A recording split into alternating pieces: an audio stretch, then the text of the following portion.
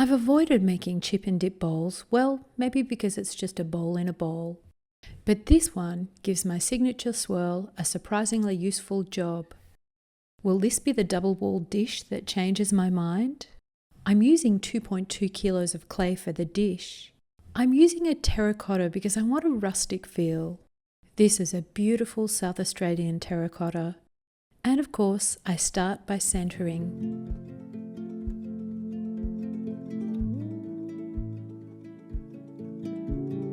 I flatten the clay to just a little under 30 centimeters. That's almost to the size of my bat. I need to use a bat for this dish, otherwise it's going to be really difficult to lift from the wheel. I form the outer channel. I haven't made a dish like this before, so I'm just trying to work out how much clay I need for the outer wall and for the inner wall. And then I push down into the center of the clay and open out for the inner dish. I open the inner dish out to about 15 centimeters.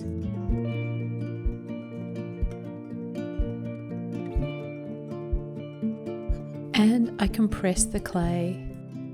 I form the inner wall and pull the clay up into that wall to about 2-3 centimeters.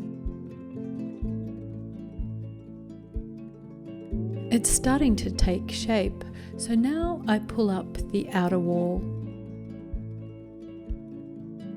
I'm aiming for pretty much the same height as the inner wall.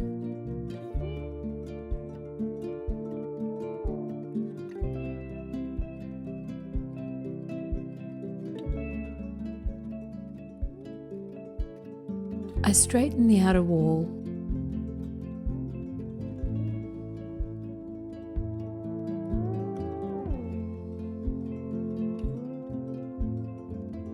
And I'm ready to make that swirl.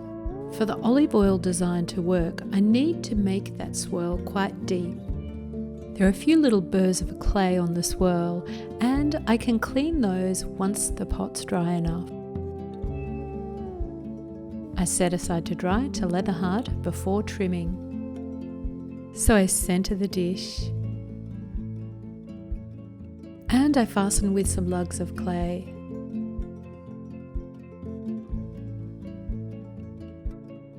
I'm going to trim right across the base. I want to give the base a bit of an indentation so it sits well on a table. And I just tidy around the outer edge.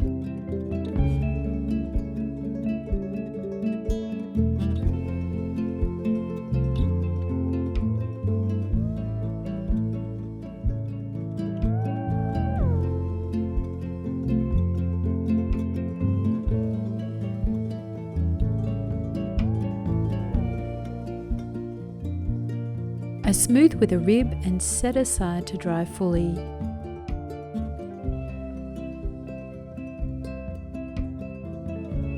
And after a bisque fire, it's time to glaze. I've mixed up a new glaze I'm testing. And that's where this simple project goes a bit off the rails. And I'm in a hurry. I don't let my glaze slake overnight. I sieve a few times. So I haven't given enough time for the water to penetrate the clay and mineral particles. I think the bubbles sitting on top of the glaze is a bit of a giveaway here. I fire my dish to a cone too. Patience can be a harsh teacher, and I can see the folly of my ways. My glaze is quite patchy. It's really uneven. But I do like the colour of the clay. If I squint, it's got a kind of rustic charm. Even if the glaze is a little messy, I'm keen to see if the design is functional.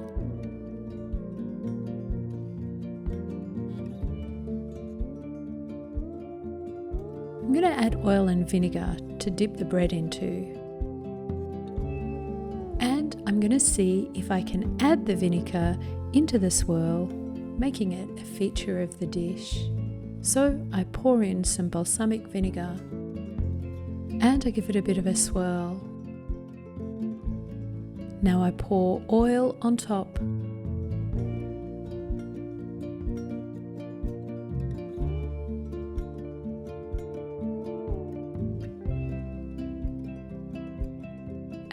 I just might have revised my opinion of double-walled dishes. This has been really fun. We're constantly dreaming up new and interesting projects. So be sure that you're subscribed so you don't miss out on any of our videos.